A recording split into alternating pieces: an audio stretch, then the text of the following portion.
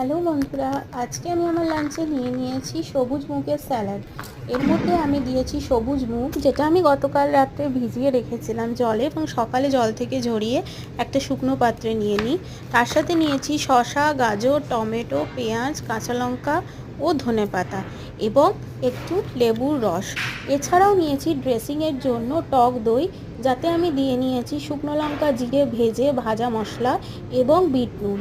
তোমরা এটা বাড়িতে বানিয়ে খেয়ে দেখতে পারো। এর মধ্যে আছে প্রচুর প্রোটিন এবং টেস্ট বোথ। সেই জন্যেই তোমরা এইটা বানিয়ে খেয়ে দেখতে পারো। আমার মনে হয় এটা তোমাদের খেতে খুবই ভালো লাগবে।